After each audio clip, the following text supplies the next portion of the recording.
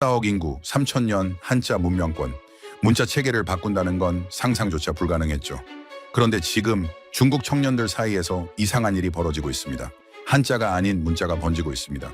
번역 없이, 교육 없이 그들 스스로 선택한 겁니다. 전문가들은 말했습니다. 문화 소비가 문자 습득으로 이어진 사례는 역사상 없다. 그런데 한글은 그 역사를 다시 쓰고 있습니다. 지금부터 중국 디지털 공간에서 벌어진 한글 확산의 충격 실화 시작합니다. 저는 중국 온라인 청년 문화를 연구해 온 사람입니다. 베이징에서 석사를 마치고 상하이에서 박사 과정을 밟았습니다. 연구 주제는 단 하나였습니다. 중국 청년층의 언어 사용 패턴. 10년 넘게 이 분야만 파고들었습니다. 중국은 한자의 나라입니다. 이건 단순한 문자 체계가 아닙니다. 문명 그 자체입니다. 3,000년 역사, 수천 개의 문자, 하나하나가 의미를 품고 있습니다. 학교에서 배우고, 행정에서 쓰고, 온라인에서 소통합니다. 중국인에게 한자는 공기와 같습니다. 너무 당연해서 인식조차 못하죠. 저도 마찬가지였습니다. 한자 외의 문자가 중국에서 대중적으로 쓰일 가능성? 연구자로서 단 한 번도 고려해 본 적 없습니다. 영어는 교육 과목입니다. 시험용이죠. 일상에서 영어로 소통하는 중국인은 극소수입니다. 일본어? 역사적 감정이 있습니다.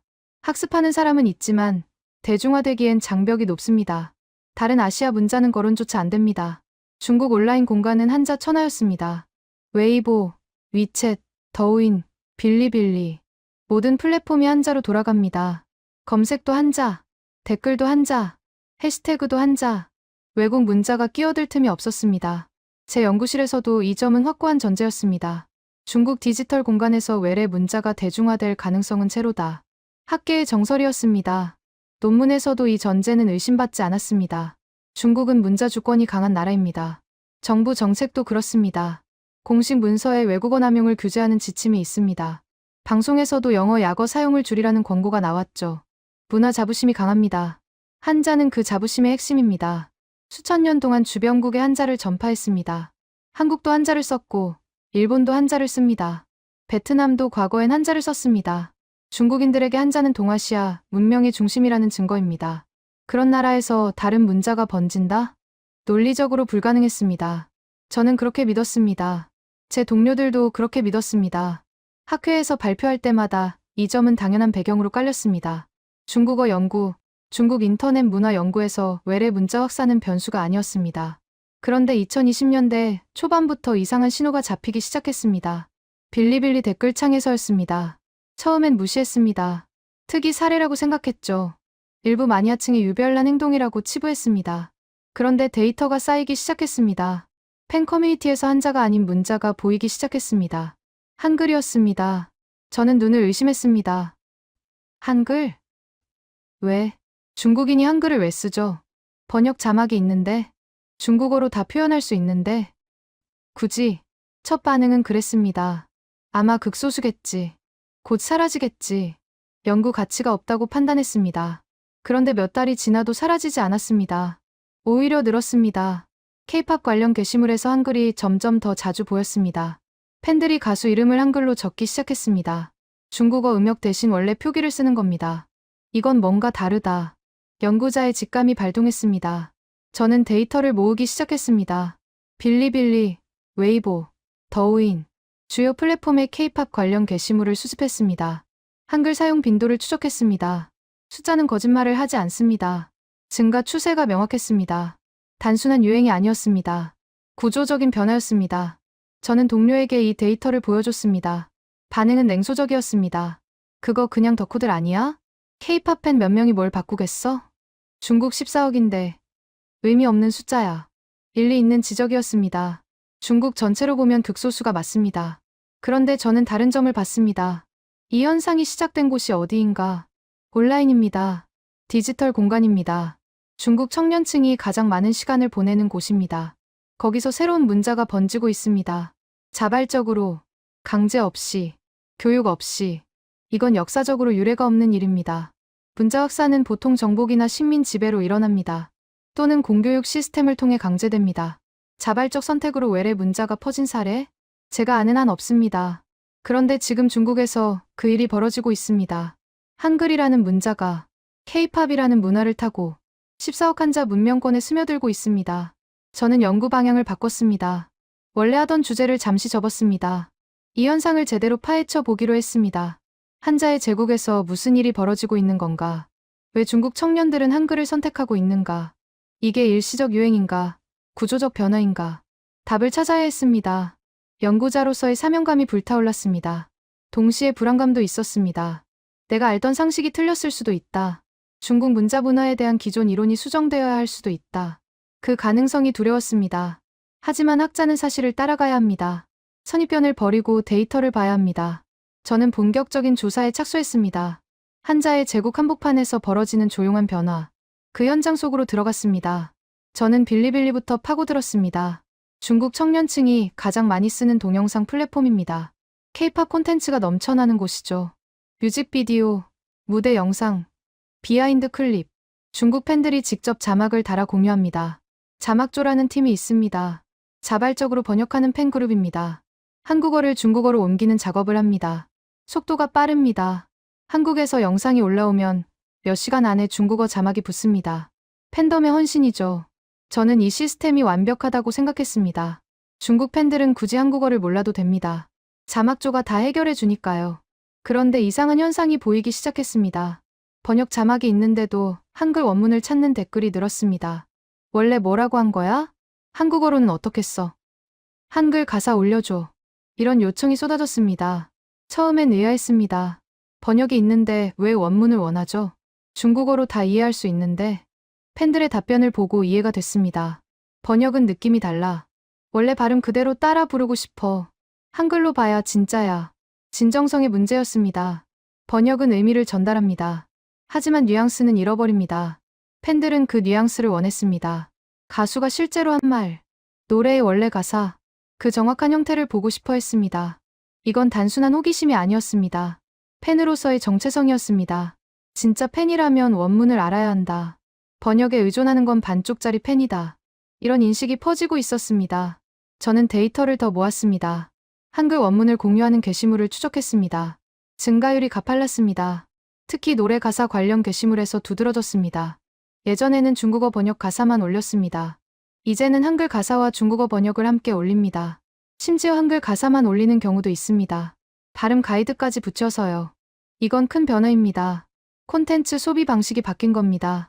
번역을 통한 간접 소비에서 원문을 통한 직접 소비로 팬들이 스스로 선택한 변화였습니다. 누가 시킨 게 아닙니다. 한국 정부가 홍보한 것도 아닙니다. 엔터테인먼트 회사가 유도한 것도 아닙니다. 팬덤 내부에서 자연스럽게 형성된 흐름이었습니다. 저는 팬 커뮤니티에 직접 들어가 봤습니다. 웨이보의 K-팝 슈퍼토픽, 수백만 팔로워를 가진 팬 계정들. 거기서 벌어지는 일을 관찰했습니다. 한글 사용이 일종의 자격 증명이 되어 있었습니다. 한글을 쓸 줄 아는 팬은 존경받습니다. 한국어 잘하네. 대단해. 언니 한글 가르쳐줘. 이런 반응이 달립니다. 한글 능력이 팬덤 내 위계를 만들고 있었습니다. 정보력의 상징이죠. 한글을 아는 팬은 더 빠르게 정보를 얻습니다. 번역을 기다릴 필요가 없습니다. 한국 팬들과 직접 소통할 수도 있습니다. 이 격차가 학습 동기를 만들었습니다. 나도 한글을 배워야겠다. 이런 생각을 하는 팬들이 늘었습니다. 저는 실제 사례를 수집하기 시작했습니다. 빌리빌리에서 한글 강의 영상을 찾았습니다. K-팝 팬들이 만든 강의였습니다. 제목부터 특이했습니다. 아이돌 덕질을 위한 한글 기초, K-팝 팬을 위한 한국어 입문. 이런 식이었습니다. 조회수가 상당했습니다. 수십만 조회를 기록한 영상도 있었습니다. 댓글을 읽어봤습니다. 이거 보고 한글 읽을 수 있게 됐어. 자막 없이 노래 가사 읽으니까 감동이야. 다음엔 문법도 알려줘. 학습 효과가 실제로 나타나고 있었습니다. 정규 교육이 아닙니다. 학원도 아닙니다. 팬들끼리 가르치고 배우는 구조였습니다. 덕질이 학습을 이끌고 있었습니다. 이건 교육학적으로도 의미 있는 현상입니다. 동기가 분명하면 학습 효과가 높습니다. K-팝 팬들에게 동기는 확실했습니다. 좋아하는 가수의 말을 이해하고 싶다. 노래를 원어로 따라 부르고 싶다. 이보다 강력한 동기가 있을까요? 저는 이 현상의 규모를 파악하려 했습니다. 정확한 숫자를 얻기는 어려웠습니다. 공식 통계가 없으니까요. 하지만 간접 지표는 있었습니다. 한글 학습 관련 해시태그 사용량, 한국어 강의 영상 조회수, 팬 커뮤니티 내 한글 게시물 비율, 모든 지표가 상승 추세를 보였습니다. 특히 주목한 건 연령대였습니다. 주로 10대 후반에서 20대 초반, 중국의 지세대였습니다. 디지털 네이티브, 온라인에서 가장 활발한 세대, 트렌드를 만들고 이끄는 세대, 그들 사이에서 한글이 퍼지고 있었습니다. 저는 연구실로 돌아와 정리했습니다. 현상은 분명했습니다. K-팝 팬덤 내에서 한글 노출이 급증하고 있다. 번역을 거부하고 원문을 선호하는 경향이 강해지고 있다. 자발적 학습이 시작되고 있다. 하지만 아직 질문이 남았습니다. 이게 K-팝 팬덤에만 한정된 현상인가? 아니면 더 넓게 퍼지고 있는가? 다음 단계 조사가 필요했습니다. 한류 콘텐츠 전반으로 범위를 넓혀야 했습니다. 드라마, 예능, 영화, 다른 장르에서도 같은 현상이 있는지 확인해야 했습니다. 그리고 한 가지 더 궁금한 게 있었습니다. 왜 하필 한글인가? 일본 콘텐츠도 중국에서 인기 있습니다. 애니메이션, 만화, J-팝. 하지만 일본어 문자가 이렇게 퍼졌다는 얘기는 못 들었습니다.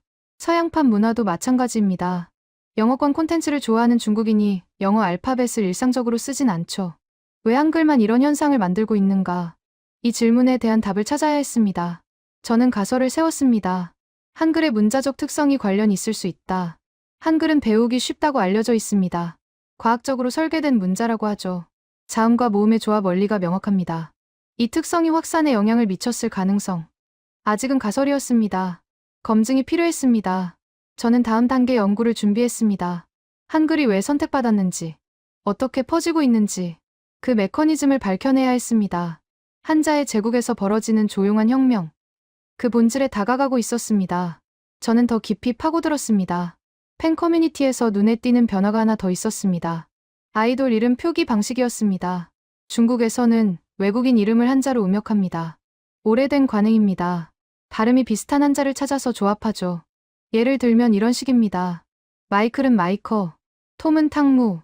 외국 이름을 중국어 체계 안으로 가져오는 방식입니다. 한국 연예인도 마찬가지였습니다. 한국 이름을 한자로 바꿔서 불렀습니다. 몇 년 전까지는 당연한 방식이었습니다.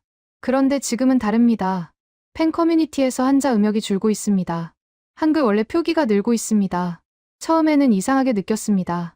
한자를 쓰면 의미도 담을 수 있습니다. 예쁜 한자를 골라서 좋은 뜻을 부여하기도 하죠. 중국 문화에서 이름은 중요합니다. 한자 선택의 의미를 담습니다. 그런데 왜 한글로 바꾸는 걸까요? 저는 팬들에게 직접 물었습니다. 온라인 설문을 만들었습니다. 참여한 팬이 1000명 넘었습니다. 응답을 분석했습니다.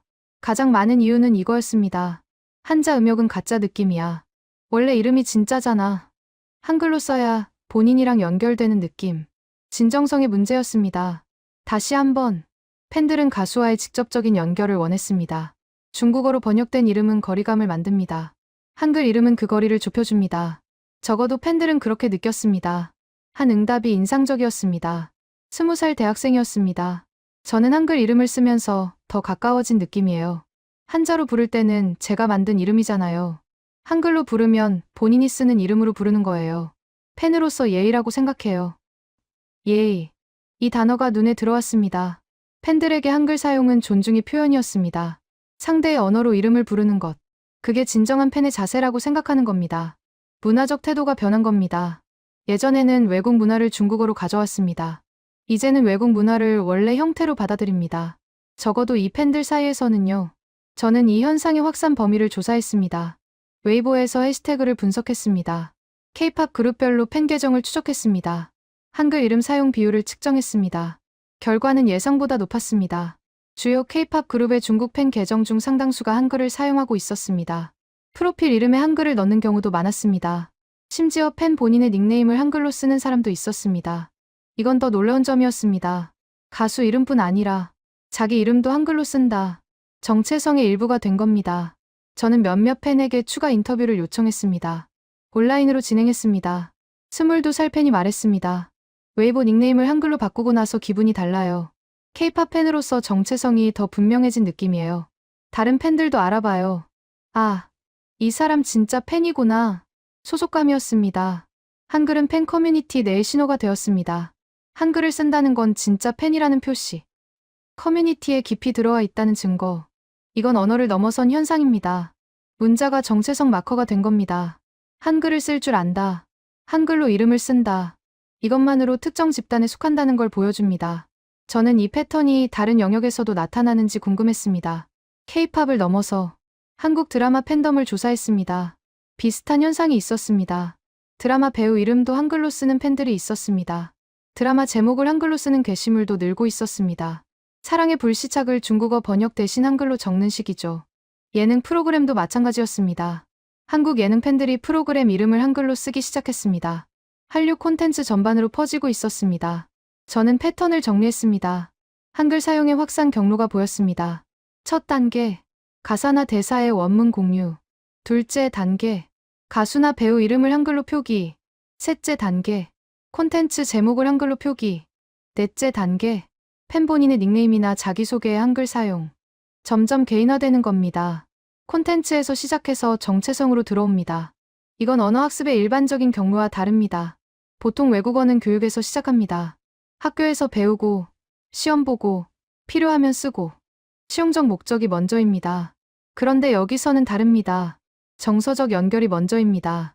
좋아하는 가수, 좋아하는 콘텐츠. 거기서 시작해서 문자를 받아들입니다. 동기가 완전히 다릅니다. 이게 확산력의 차이를 만드는 것 같았습니다. 영어는 중국에서 수십 년간 교육되었습니다. 하지만 일상에서 영어 알파벳을 쓰는 중국인은 드뭅니다. 교육은 있지만 정서적 연결이 없습니다. 한글은 교육이 거의 없습니다. 학교에서 한국어를 가르치는 곳은 극소수입니다. 그런데 자발적으로 퍼지고 있습니다. 정서적 연결이 있기 때문입니다. 저는 이 차이를 메모했습니다. 중요한 발견이었습니다. 문자 확산에서 정서적 연결의 역할. 이건 기존 언어학 이론에서 덜 다뤄진 부분입니다. 제 연구의 핵심이 될 수 있었습니다. 한 가지 더 주목한 게 있었습니다. 한글의 시각적 특성입니다. 팬들이 한글을 쓰는 또 다른 이유가 있었습니다. 예뻐서. 설문응답 중 상당수가 이 이유를 언급했습니다. 한글은 모양이 예뻐요. 한자보다 깔끔해 보여요. 디자인적으로 세련됐어요. 미적 요소였습니다. 한글의 기하학적 형태가 매력으로 작용했습니다. 동그라미, 네모, 직선의 조합. 중국 팬들 눈에는 현대적이고 세련되게 보였습니다. 이건 예상 못한 변수였습니다. 언어의 기능적 측면만 생각했는데 시각적 측면도 중요했습니다. 특히 디지털 환경에서 프로필 사진, 닉네임, 해시태그, 시각적 요소가 강조되는 공간입니다. 거기서 한글의 형태가 강점이 되었습니다. 저는 연구 범위를 더 넓혀야겠다고 생각했습니다. K-팝과 드라마를 넘어서 중국 온라인 문화 전반에서 한글이 어떻게 인식되는지, 미적 요소, 정체성 요소, 사회적 요소, 다각도로 분석해야 했습니다. 조용한 변화가 점점 커지고 있었습니다. 팬 커뮤니티에서 시작된 현상이 더 넓은 공간으로 퍼질 조짐을 보이고 있었습니다. 다음 단계는 그 확산 경로를 추적하는 것이었습니다. 저는 확산 경로를 추적하기 시작했습니다. 팬 커뮤니티 안에서 시작된 현상. 그게 어떻게 바깥으로 나가는지 알아야 했습니다. 답은 알고리즘이었습니다. 중국 소셜미디어는 추천 알고리즘으로 돌아갑니다. 더우인, 빌리빌리, 샤오홍슈. 모든 플랫폼이 비슷한 구조입니다. 사용자가 무엇을 보는지 추적합니다. 비슷한 콘텐츠를 계속 보여줍니다. 관심사 기반 추천이죠. K-팝 영상을 한번 보면 비슷한 영상이 계속 뜹니다. 그러다 보면 팬 커뮤니티 콘텐츠까지 닿게 됩니다. 팬들이 만든 편집 영상, 가사 해석 영상, 한글 강의 영상, 이런 것들이 추천으로 흘러갑니다. 저는 이 흐름을 직접 테스트해봤습니다. 세 계정을 만들었습니다. 더인에서 K-팝 영상을 몇 개 봤습니다. 일주일 후 추천 피드를 확인했습니다. 한글이 들어간 콘텐츠가 나타나기 시작했습니다. 팬이 만든 한글 자막 영상, 한글 가사가 적힌 썸네일, 한글 해시태그가 붙은 게시물. 알고리즘이 한글을 밀어주고 있었습니다. 의도한 건 아닙니다. 알고리즘은 그냥 연관성을 따라갑니다. K-팝 관심자에게 K-팝 관련 콘텐츠를 보여주는 것뿐입니다. 그런데 K-팝 콘텐츠에는 한글이 들어 있습니다. 자연스럽게 한글 노출이 따라옵니다. 이건 중요한 발견이었습니다. 한글 확산이 의도적인 게 아니라는 겁니다. 한국 정부가 홍보한 것도 아닙니다. 엔터테인먼트 회사가 전략적으로 푸시한 것도 아닙니다. 플랫폼 알고리즘이 자연스럽게 퍼뜨린 겁니다. 사용자 행동 데이터를 따라서 저는 규모를 추정해 보려 했습니다. 정확한 숫자는 알 수 없습니다. 플랫폼들이 내부 데이터를 공개하지 않으니까요. 하지만 간접 지표를 볼 수 있습니다. 더인에서 한글 관련 해시태그 조회수, 빌리빌리에서 한글 학습 영상 누적 조회수, 샤오홍슈에서 한글 관련 게시물 수, 숫자가 상당했습니다. 수천만 조회를 기록한 콘텐츠가 여럿 있었습니다. 이건 니치 현상이 아닙니다. 대중적 규모로 들어서고 있었습니다. 한 가지 더 주목한 점이 있습니다. 확산의 방향이었습니다. 처음에는 열성팬에서 시작했습니다. K-팝을 깊이 좋아하는 사람들. 그들이 한글을 쓰기 시작했습니다. 그런데 이제는 다릅니다. 가벼운 관심자에게까지 닿고 있습니다. K-팝을 좋아하지만 열성팬은 아닌 사람들. 한국 드라마를 가끔 보는 사람들. 한류 콘텐츠에 약간 관심 있는 정도의 사람들. 그들도 한글에 노출되고 있습니다. 알고리즘 덕분입니다. 추천 피드에 한글이 들어간 콘텐츠가 뜹니다. 반복적으로 보게 됩니다. 익숙해집니다. 저는 심리학에서 이 현상을 설명하는 개념을 알고 있습니다. 단순 노출 효과입니다. 반복적으로 접하면 친숙함이 생깁니다. 친숙함은 호감으로 이어집니다. 의미를 몰라도 됩니다. 형태만 반복적으로 보면 낯설미 줄어들고 익숙함이 늘어납니다. 한글이 딱 그 과정을 거치고 있었습니다. 중국 청년들이 한글을 반복적으로 보고 있습니다. 뜻을 몰라도, 읽을 줄 몰라도 형태가 눈에 익어갑니다. 이건 문자 학습의 첫 단계입니다. 인지입니다. 이 문자가 존재한다는 걸 아는 것, 어떻게 생겼는지 아는 것. 중국 청년 상당수가 이 단계에 들어와 있습니다.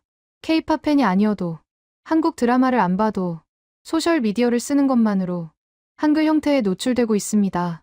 저는 비교 대상을 찾아봤습니다. 다른 외국 문자는 어떤가? 일본어 문자, 히라가나와 가타카나, 중국 온라인에서 노출 빈도가 어떤지 확인했습니다. 일본 애니메이션 팬덤도 큽니다. 하지만 일본어 문자가 한글처럼 퍼지진 않았습니다. 몇 가지 이유를 추정할 수 있었습니다. 첫째, 콘텐츠 형태의 차이.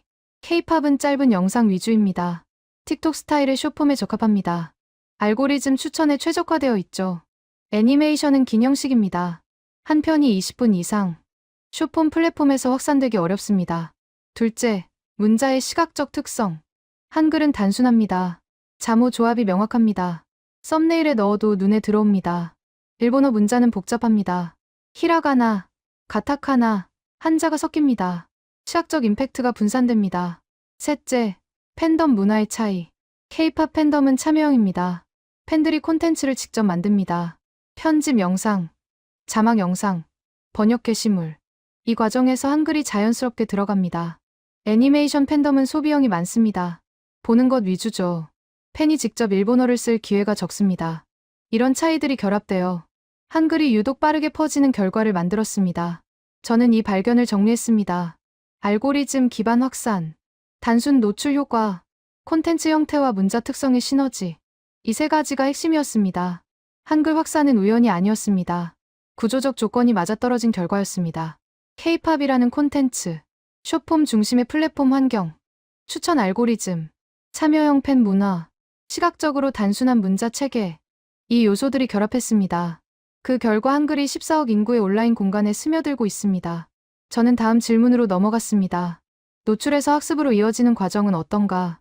형태를 아는 것과 읽을 줄 아는 것은 다릅니다. 중국 청년들이 한글을 인지하는 건 확인했습니다. 그런데 실제로 배우는 사람은 얼마나 될까? 어떤 과정을 거쳐 학습으로 넘어가는가? 이게 다음 연구 과제였습니다. 알고리즘이 문을 열었습니다. 이제 그 문으로 들어가는 사람들을 봐야 했습니다. 저는 학습 과정을 추적하기 시작했습니다. 노출에서 학습으로 넘어가는 순간, 그 전환점이 어디인지 알아야 했습니다. 팬 커뮤니티를 다시 들여다봤습니다. 빌리빌리 댓글창에서 흥미로운 패턴을 발견했습니다. K-팝 뮤직비디오 밑에 달린 댓글들. 가사를 한글로 따라 적는 팬들이 있었습니다. 처음에는 틀린 글자가 많았습니다. 비슷하게 생긴 자모를 헷갈려 했습니다. 기역과 니은을 혼동하거나 이응을 빠뜨리거나. 그런데 시간이 지나면서 정확해졌습니다. 같은 팬의 댓글을 몇 달에 걸쳐 추적했습니다. 확실히 나아지고 있었습니다. 이건 학습의 증거였습니다. 정규 교육 없이, 교재 없이, 그냥 따라쓰기만으로 문자를 익히고 있었습니다. 저는 이 과정을 더 자세히 이해하고 싶었습니다. 직접 인터뷰를 시도했습니다. 댓글로 가사를 자주 따라 쓰는 팬들에게 연락했습니다. 10명 정도가 응해주었습니다. 19살 대학생이 말했습니다. 처음엔 그냥 예뻐서 따라 썼어요. 뜻도 몰랐어요. 근데 계속 쓰다 보니까 패턴이 보이더라고요. 아, 이 모양이 이 소리구나. 21살 직장인도 비슷했습니다. 노래 들으면서 가사 보고 따라 쓰는 게 취미가 됐어요. 처음엔 그림 그리는 느낌이었는데 어느 순간 읽을 수 있게 됐어요. 신기했어요. 공통점이 있었습니다. 따라쓰기, 손으로 직접 쓰는 행위. 이게 학습의 핵심이었습니다. 저는 교육학 연구를 찾아봤습니다. 손글씨와 학습의 관계, 관련 연구가 있었습니다. 손으로 쓰는 행위는 뇌의 여러 영역을 활성화합니다. 시각, 운동, 기억이 동시에 작동합니다. 타이핑보다 학습 효과가 높다는 연구 결과가 있습니다. 중국 팬들이 하는 게 바로 이거였습니다. 가사를 보면서 손으로 따랐습니다. 눈으로 보고, 손으로 쓰고, 귀로 듣습니다. 다중감각 학습입니다. 가장 효과적인 학습 방식 중 하나죠. 그리고 한글은 이 방식에 특히 적합했습니다. 한글의 구조 때문입니다. 한글은 자음과 모음의 조합입니다. 기역, 이은, 디귿 같은 자음, 아, 어, 오, 우 같은 모음. 이걸 조합해서 글자를 만듭니다. 원리가 명확합니다. 한자와 비교해보면 차이가 분명합니다. 한자는 각 글자가 독립적입니다. 산이라는 글자와 물이라는 글자, 둘 사이에 구조적 연결이 없습니다. 각각 따로 외워야 합니다. 수천 개를. 한글은 다릅니다. 기본 자모만 익히면 조합할 수 있습니다. 자음 14개, 모음 10개. 이것만 알면 모든 글자를 만들 수 있습니다. 팬들이 이걸 체감하고 있었습니다. 인터뷰한 팬 중 한 명이 말했습니다. 한글은 레고 같아요. 부품만 알면 조립할 수 있어요. 한자는 그림을 외우는 느낌인데 한글은 규칙을 이해하는 느낌이에요. 정확한 비유였습니다. 한글의 설계 원리를 직관적으로 파악한 겁니다. 교육받지 않고 스스로 깨달은 겁니다. 저는 이 지점에서 중요한 질문을 떠올렸습니다. 왜 한글은 이렇게 배우기 쉬운가? 역사를 찾아봤습니다. 한글은 1443년에 만들어졌습니다. 조선의 세종대왕이 창제했습니다. 당시 목표가 명확했습니다. 백성들이 쉽게 배울 수 있는 문자, 한자를 모르는 일반인도 쓸 수 있는 문자. 그래서 과학적으로 설계했습니다. 발음 기관의 모양을 본떠서 자음을 만들었습니다. 기역은 혀가 목구멍을 막는 모양, 이은은 혀가 위신몸에 닿는 모양. 이런 원리로 만들어졌습니다. 모음도 체계적입니다. 하늘, 땅, 사람을 상징하는 기본 요소, 점, 가로선, 세로선. 이걸 조합해서 모든 모음을 만듭니다. 수백 년 전에 만들어진 문자인데 현대 언어학 기준으로 봐도 효율적입니다. 유네스코가 한글을 높이 평가한 것도 이 때문입니다. 저는 이 역사적 배경이 현재 현상과 연결된다고 봤습니다. 한글이 중국에서 퍼지는 이유, 단순히 케이팝이 인기 있어서만은 아닙니다. 한글 자체가 배우기 쉬운 문자이기 때문입니다. 다른 문자였다면 이렇게 안 됐을 겁니다. 아랍 문자나 태국 문자가 케이팝과 함께 퍼진다면 학습 장벽이 훨씬 높았을 겁니다. 한글이기 때문에 가능한 현상입니다. 저는 학습 단계를 정리해봤습니다. 첫 번째 단계는 노출입니다. 알고리즘을 통해 한글을 반복적으로 봅니다. 형태가 익숙해집니다. 두 번째 단계는 모방입니다. 가사나 이름을 따라 씁니다. 손으로 직접 쓰면서 형태를 익힙니다. 세 번째 단계는 패턴 인식입니다. 자모 조합의 규칙을 깨닫습니다. 아, 이렇게 조합되는구나. 네 번째 단계는 독립적 읽기입니다. 새로운 단어도 읽을 수 있게 됩니다. 규칙을 알기 때문에. 다섯 번째 단계는 의미학습입니다. 글자를 읽는 것에서 뜻을 아는 것으로 넘어갑니다. 중국 팬들 중 상당수가 세 번째, 네 번째 단계에 와 있었습니다. 한글을 읽을 수 있습니다. 발음할 수 있습니다. 뜻은 아직 모르는 경우가 많습니다. 하지만 문자 자체는 해독할 수 있습니다. 이건 놀라운 성과입니다. 정규 교육 없이 이 수준에 도달한 겁니다. 문화 소비만으로, 노래 가사 따라 쓰기만으로 저는 이 현상의 규모를 다시 추정해봤습니다. 빌리빌리에서 한글 가사를 따라 쓰는 댓글 수, 웨이보에서 한글로 된 팬 게시물 수, 샤오홍슈에서 한글 학습 인증 게시물 수. 직접 세기는 불가능했지만 샘플링을 통해 추정할 수 있었습니다. 적어도 수십만 명 이상이 기초 한글을 읽을 수 있는 수준에 도달한 것으로 보였습니다. 공식 통계가 아닙니다. 제 추정입니다. 하지만 현장의 데이터가 뒷받침했습니다. 한글이 중국 디지털 공간에 뿌리를 내리고 있었습니다. 손가락으로 따라 쓰는 행위를 통해 한 글자씩, 한 단어씩 수백 년 전 세종대왕이 설계한 그 원리대로 쉽게 배울 수 있는 문자. 그 약속이 21세기 중국에서 실현되고 있었습니다. 저는 더 객관적인 데이터가 필요했습니다. 팬 커뮤니티 관찰만으로는 한계가 있었습니다. 전체 규모를 파악하려면 공식 통계가 필요했습니다. 한국 언응력 시험을 찾아봤습니다. 토픽이라고 불리는 시험입니다. 한국어 실력을 평가하는 국제공인 시험이죠. 한국 정부 산하 기관에서 주관합니다. 전 세계에서 시행됩니다. 저는 최근 몇 년간 응시자 통계를 조사했습니다. 중국은 토픽 응시자 수상위권 국가입니다. 매년 수만 명이 응시합니다. 그리고 추세가 중요했습니다. 응시자 수가 꾸준히 늘고 있었습니다. 특히 주목한 건 연령대였습니다. 20대 초반 응시자 비율이 높았습니다. 10대 후반도 증가 추세였습니다. 정확히 K-팝 주요 소비층과 겹칩니다. 우연이 아닙니다. 팬덤에서 시작된 관심이 정식 학습으로 이어지고 있는 겁니다. 저는 중국 내 한국어 교육기관도 조사했습니다. 대학의 한국어학과, 사설 한국어학원, 온라인 한국어 강좌, 모든 영역에서 수요가 늘고 있었습니다. 한 온라인 교육 플랫폼 담당자와 연락이 닿았습니다. 이름은 밝히지 않겠습니다. 비공식 인터뷰였습니다. 담당자가 말했습니다. 한국어 강좌 등록자가 최근 몇 년 사이 크게 늘었어요. 특히 입문 과정이요. 예전에는 취업 목적이 많았는데 요즘은 다릅니다. 등록 이유를 물으면 열의 8분 K-팝이나 드라마를 언급해요. 문화 소비가 학습 동기로 전환되고 있었습니다. 이건 제가 팬 커뮤니티에서 관찰한 것과 일치했습니다. 팬들이 가사 따라쓰기로 시작해서 정식 강좌로 넘어가는 겁니다. 저는 다른 데이터도 찾아봤습니다.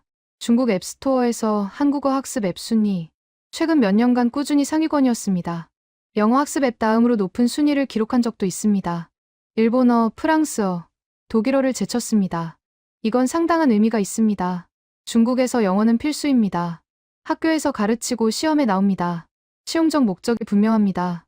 그런데 한국어가 그 다음이라는 건 실용성이 아닌 다른 동기가 있다는 뜻입니다. 문화적 동기, 정서적 동기, 바로 그겁니다. 저는 소셜미디어 데이터도 분석했습니다.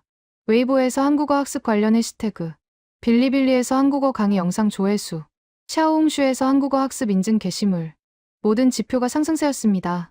특히 샤오홍슈가 흥미로웠습니다. 중국판 인스타그램 같은 플랫폼입니다. 여기서 한글 공부 인증 게시물이 유행하고 있었습니다. 젊은 여성들이 많이 올립니다. 노트에 한글을 연습한 사진, 한국어 교재를 펼쳐놓은 사진, 토픽 시험 합격 인증 사진, 이런 게시물이 좋아요를 많이 받습니다. 한글 학습이 일종의 라이프 스타일이 된 겁니다. 자기 개발의 일환으로 인식됩니다. 세련된 취미로 여겨집니다. 이건 사회적 인식의 변화입니다. 예전에 외국어 학습은 실용적 목적이었습니다. 취업, 유학, 비즈니스, 이런 목표가 있어야 배웠습니다. 지금은 다릅니다. 문화 소비의 연장으로 배웁니다. 좋아하는 콘텐츠를 더 잘 즐기기 위해, 팬으로서의 정체성을 강화하기 위해 동기가 완전히 바뀐 겁니다. 저는 이 변화의 의미를 생각했습니다. 언어학습의 패러다임이 바뀌고 있습니다. 전통적인 언어 교육은 하향식입니다. 정부나 학교가 커리큘럼을 정합니다. 학생들은 그걸 따릅니다. 시험을 보고 자격증을 받습니다. 지금 일어나는 건 상향식입니다. 학습자가 먼저 관심을 갖습니다. 문화 소비를 통해 그 관심이 학습으로 이어집니다. 자발적으로 기관이 따라갑니다. 수요가 있으니까 강좌를 만들고, 교재를 만들고, 시험을 제공합니다. 순서가 뒤집힌 겁니다. 저는 이게 한글만의 현상인지 궁금했습니다. 다른 언어에서도 비슷한 일이 있는지 찾아봤습니다. 일본어의 경우, 애니메이션 팬들이 일본어를 배우는 경우가 있습니다. 하지만 규모면에서 차이가 있어 보였습니다. 일본어는 한자를 포함합니다. 중국인에게 한자는 익숙하지만 히라가나와 가타카나는 추가로 배워야 합니다. 그리고 문법 체계가 다릅니다. 진입 장벽이 한글보다 높습니다. 영어권판 문화의 경우, 영어는 이미 학교에서 배웁니다. 추가 학습 동기가 크지 않습니다. 이미 알고 있으니까요. 기초 수준이라도. 한글은 다릅니다. 학교에서 안 가르칩니다. 완전히 새로운 문자입니다. 그런데 배우기 쉽습니다. 이 조합이 독특한 상황을 만듭니다. 새로우면서도 접근 가능한, 문화적으로 매력적이면서도 학습 장벽이 낮은. 저는 데이터를 종합했습니다. 토픽 응시자 증가, 한국어 학습 앱 순위 상승, 온라인 강좌 등록자 증가, 소셜미디어 학습 인증 게시물 증가, 모든 지표가 같은 방향을 가리켰습니다. 중국에서 한글 학습이 확산되고 있습니다. 팬덤에서 시작된 현상이 대중적 규모로 성장하고 있습니다. 숫자는 거짓말을 하지 않습니다. 변화가 일어나고 있습니다. 한자의 제국에서 또 다른 문자가 자리를 잡아가고 있습니다. 대체가 아닙니다. 공존입니다. 추가입니다. 디지털 문화 공간에서 한글이 선택받고 있습니다. 수백만 중국 청년들에 의해 자발적으로 저는 연구실에 앉아 데이터를 정리했습니다. 처음에 가졌던 의문이 떠올랐습니다.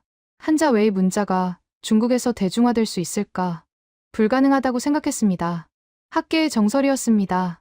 그런데 지금 제 눈앞에는 다른 현실이 있습니다. 숫자로 증명된 현실, 상식을 뒤집는 현실, 학자로서 인정해야 했습니다. 내가 틀렸을 수 있다. 기존 이론이 수정되어야 할 수 있다. 두렵지만 흥분되는 발견이었습니다. 저는 한 발 물러서서 생각해봤습니다. 현상은 파악했습니다. 중국 청년층 사이에서 한글이 퍼지고 있습니다. 팬덤에서 시작해서 대중으로 확산 중입니다. 그런데 왜 이게 중요한 걸까요? 단순히 외국어 학습이 늘었다는 것 이상의 의미가 있을까요? 저는 더 넓은 맥락을 찾아봤습니다. 문자와 문화의 관계, 역사적으로 문자 확산은 어떤 패턴을 보였는가? 대부분 정복과 식민 지배를 통해 퍼졌습니다. 로마자가 유럽 전역에 퍼진 건 로마 제국 덕분입니다. 아랍 문자가 중동과 북아프리카에 퍼진 건 이슬람 확장 덕분입니다.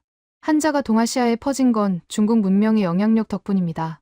권력이 문자를 밀어붙였습니다. 지배자의 문자가 피지배자에게 강요됐습니다. 또 다른 경우는 종교입니다. 기독교가 로마자를 퍼뜨렸습니다. 이슬람이 아랍 문자를 퍼뜨렸습니다. 불교가 산스크리트 문자의 변형을 퍼뜨렸습니다. 신앙이 문자를 실어 날랐습니다. 세 번째 경로는 교육입니다.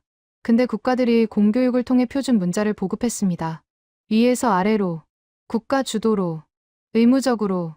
이 세 경로가 역사적 문자 확산의 대부분을 설명합니다. 정복, 종교, 교육, 모두 권력의 작용입니다.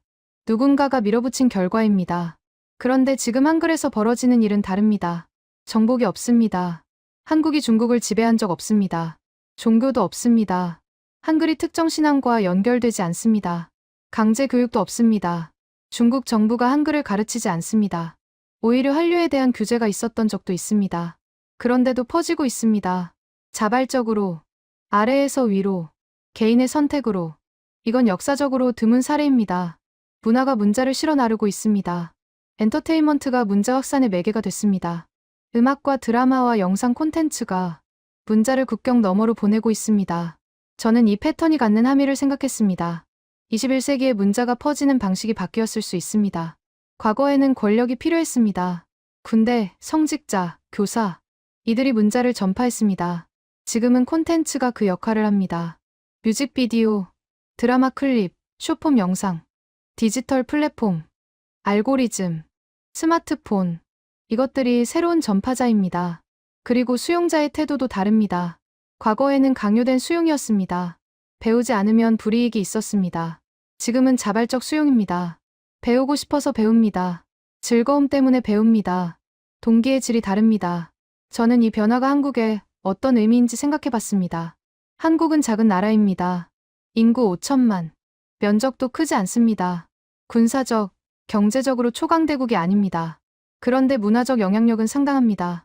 K-팝은 전 세계에서 소비됩니다. 한국 드라마는 수십 개국에서 방영됩니다. 한국 영화가 국제영화제에서 수상합니다. 그리고 이제 한글까지. 한국 문자가 국경을 넘어 퍼지고 있습니다. 과거 제국들이 정복으로 이룬 일을 한국은 문화로 이루고 있습니다. 물론 규모는 비교할 수 없습니다. 한글이 전 세계 공용 문자가 되진 않을 겁니다. 그런 주장을 하려는 게 아닙니다. 하지만 틈새에서 의미 있는 확산이 일어나고 있습니다. 중국 청년층 일부가 한글을 씁니다. 동남아시아 일부 지역에서도 비슷한 현상이 있다고 들었습니다. 일본에서도 K-팝 팬들 사이에서 한글이 쓰입니다. 작은 물결들입니다. 하지만 의미 있는 물결입니다. 저는 중국 상황에 다시 집중했습니다. 이 현상이 중국 사회에 어떤 영향을 미칠까? 당장은 크지 않을 겁니다. 한글을 아는 중국인이 몇백만 명이라고 해도 14억 인구에서는 소수입니다. 한자가 대체될 일은 없습니다. 공식 문서, 학교, 정부, 비즈니스, 모든 공식 영역은 여전히 한자입니다.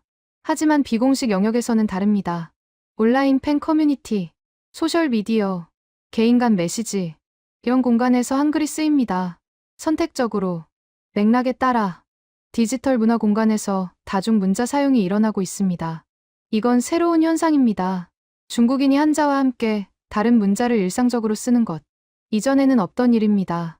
영어 알파벳은 약어나 브랜드 이름 정도로 쓰였습니다. 하지만 한글은 다릅니다. 완전한 문장으로 쓰입니다. 이름으로 쓰입니다. 감정 표현으로 쓰입니다. 더 깊이 들어와 있습니다. 저는 미래를 예측하려 하지 않겠습니다. 학자로서 예측은 위험합니다. 변수가 너무 많습니다. 한류가 계속될지, 중국 정부의 규제가 어떻게 될지, 기술 환경이 어떻게 변할지 알 수 없습니다. 하지만 현재 일어나고 있는 일은 기록할 수 있습니다. 중국 디지털 공간에서 한글이 확산되고 있습니다. 문화 소비를 매개로, 자발적으로, 이건 부정할 수 없는 사실입니다. 그리고 이건 더 큰 패턴의 일부일 수 있습니다. 21세기 문화 권력의 작동 방식, 소프트 파워의 새로운 형태, 콘텐츠가 이끄는 언어 확산. 한국과 한글은 이 패턴의 선구적 사례가 될 수 있습니다. 역사가 나중에 평가하겠죠. 저는 그저 지금 벌어지는 일을 기록하고 있습니다. 연구자로서, 현장에서, 변화를 목격하면서, 한자의 제국에서 일어나는 조용한 변화. 그 의미는 아직 완전히 드러나지 않았습니다. 하지만 변화가 일어나고 있다는 건 분명합니다. 제 연구는 계속될 겁니다. 이 현상이 어디로 향하는지 지켜볼 겁니다. 학자로서 끝까지 따라갈 겁니다. 저는 연구를 마무리하며 정리했습니다. 처음 가졌던 질문으로 돌아갔습니다. 중국에서 한자 외의 문자가 대중화될 수 있는가? 제 대답은 바뀌었습니다. 완전한 대체는 아닙니다. 하지만 부분적 공존은 가능합니다. 이미 일어나고 있습니다. 한글이 그 증거입니다. 몇 년간의 연구를 통해 얻은 결론입니다. 중국 디지털 문화 공간에서 한글이 선택되고 있습니다. 강제가 아닙니다. 교육 과정에 있어서가 아닙니다. 자발적 선택입니다. 문화 소비를 통해, 정서적 연결을 통해 이 현상의 구조를 다시 정리해봤습니다. 출발점은 콘텐츠입니다. K-팝, 드라마, 예능, 한국 문화 콘텐츠가 중국에 들어옵니다. 디지털 플랫폼을 통해 알고리즘이 확산을 도웁니다. 관심 있는 사용자에게 계속 추천합니다. 노출이 반복됩니다. 팬덤이 형성됩니다. 팬들은 원본에 가까워지고 싶어 합니다. 번역 대신 원문을 찾습니다. 음역 대신 원래 이름을 씁니다. 한글이 팬 정체성의 일부가 됩니다. 따라쓰기가 시작됩니다.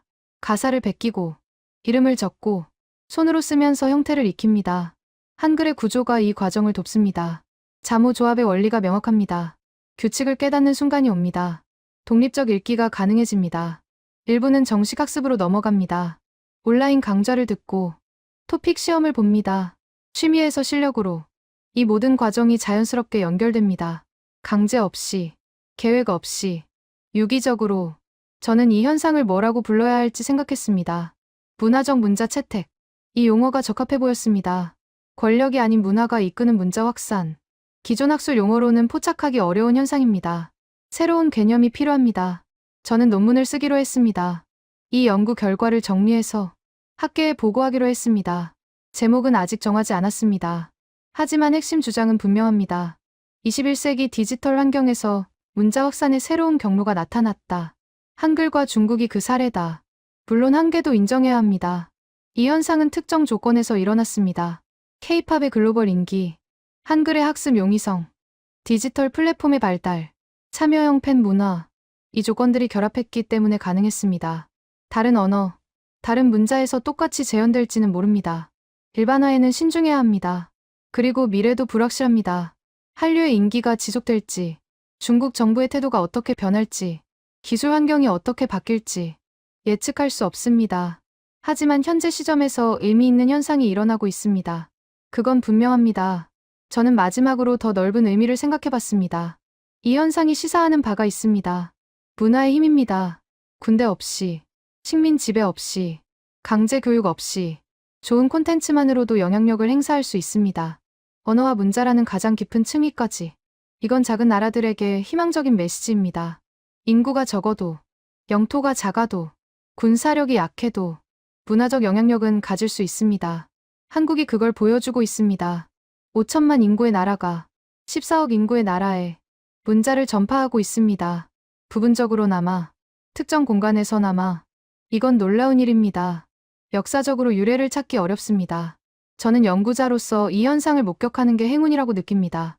실시간으로 일어나는 변화를 직접 기록할 수 있으니까요. 앞으로도 계속 지켜볼 겁니다. 데이터를 모으고, 인터뷰를 하고, 분석을 이어갈 겁니다. 이 이야기는 아직 끝나지 않았습니다. 진행 중입니다. 어디로 갈지 모릅니다. 하지만 방향은 보입니다. 디지털 문화 공간에서 한글이 선택받고 있습니다. 대체가 아닙니다. 추가입니다. 한자와 함께 또 다른 문자가 중국 청년들의 손끝에서 살아 움직이고 있습니다. 세종대왕이 만든 그 문자가 수백 년의 시간을 넘어, 국경을 넘어 14억 인구의 나라에 스며들고 있습니다. 쉽게 배울 수 있는 문자, 백성을 위한 문자, 그 원래 목적 그대로 지금 이 순간에도 작동하고 있습니다. 저는 노트북을 덮었습니다. 창밖을 봤습니다. 베이징의 밤이었습니다. 어딘가에서 지금도 중국 청년이 한글을 쓰고 있을 겁니다. 가사를 따라 적으면서, 좋아하는 가수의 이름을 쓰면서, 한 글자씩, 한 자모씩, 조용히, 하지만 분명하게, 변화는 계속되고 있습니다.